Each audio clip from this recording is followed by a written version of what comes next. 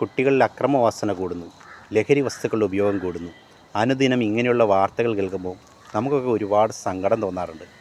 ഇന്ന് ഇങ്ങനെയുള്ള വാർത്തകളില്ലാത്ത ഒരു ദിവസം പോലും നമ്മൾ കാണുന്നില്ല. നമുക്കങ്ങനെയുള്ള ദിവസം പോലും കേൾക്കാൻ പോലും പറ്റുന്നില്ല. ശരിക്കും പറഞ്ഞാൽ നമ്മളൊക്കെ ഒരുപാട് ഭാഗ്യം ചെയ്ത മനുഷ്യരാണ്. കാരണം നമുക്കൊക്കെ നല്ലൊരു കാലഘട്ടം ഉണ്ടായിരുന്നു.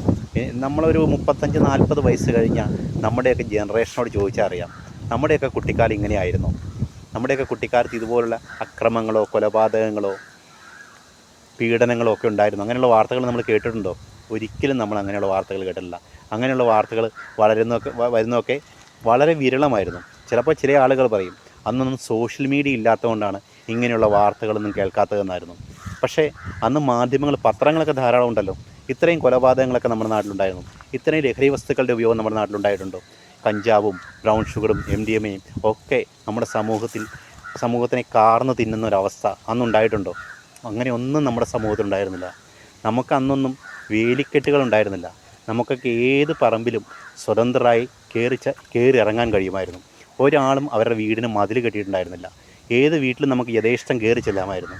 അവിടെയൊന്നും ആരും നമ്മളെ തടയില്ലായിരുന്നു. നമ്മളൊരു മദ്യവേനലവധി വന്നു കഴിഞ്ഞാൽ നമ്മളെന്താ ചെയ്യുക? നമ്മുടെ വീടിന് പുറത്തിറങ്ങി ധാരാളം കൂട്ടുകാരൊക്കെ നമുക്കുണ്ടായിരുന്നു.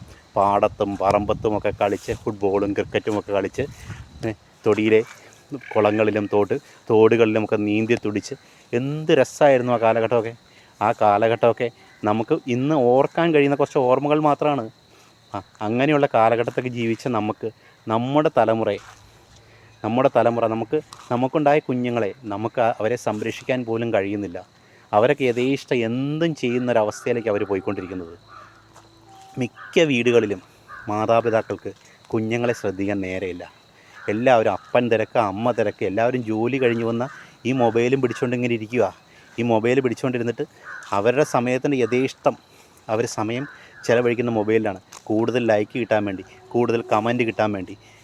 ഒരു പോസ്റ്റ് ഇട്ട് കഴിഞ്ഞാൽ അതിന് കൂടുതൽ കമൻറ്റും ലൈക്കും കിട്ടിയില്ലെങ്കിൽ പിന്നെ സങ്കടമാണ്.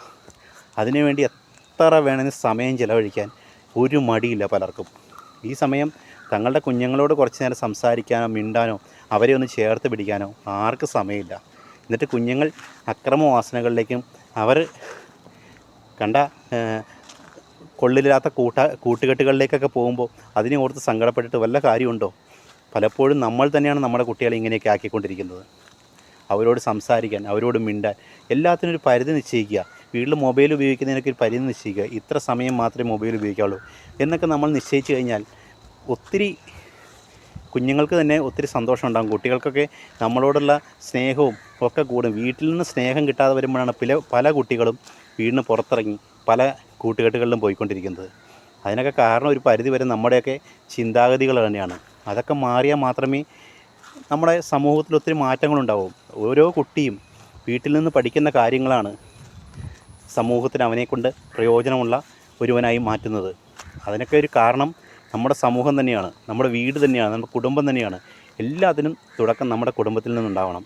അതുകൊണ്ട് തന്നെ ഈ മദ്യവേനലവധിക്കാലം നമ്മുടെ കുട്ടികൾക്ക് സ്വതന്ത്രരായി കളിക്കാനും കൂട്ടുകൂടാനുമൊക്കെ ഉള്ളൊരു അവസരം ഉണ്ടാക്കട്ടെ. പിള്ളേർക്കൊക്കെ ഒരുപാട് കൂട്ടുകാരുണ്ടാവണം, നല്ല കൂട്ടുകാർ. അതായത് നമ്മുടെ ചുറ്റുവട്ടത്തുള്ള കുട്ടികളൊക്കെ കൂട്ടുകൂടാനും അവരോട് സംസാരിക്കാനും അവരോടൊപ്പം പുറത്ത് പറമ്പിലും ഒക്കെ പന്ത് കളിക്കാനും ഒക്കെയുള്ള അവസരങ്ങൾ ഉണ്ടാവണം. കാരണം എന്താണെന്ന് വെച്ച് കഴിഞ്ഞാൽ അവരെ ബലമായിട്ട് പിടിച്ചു നിർത്തരുത്.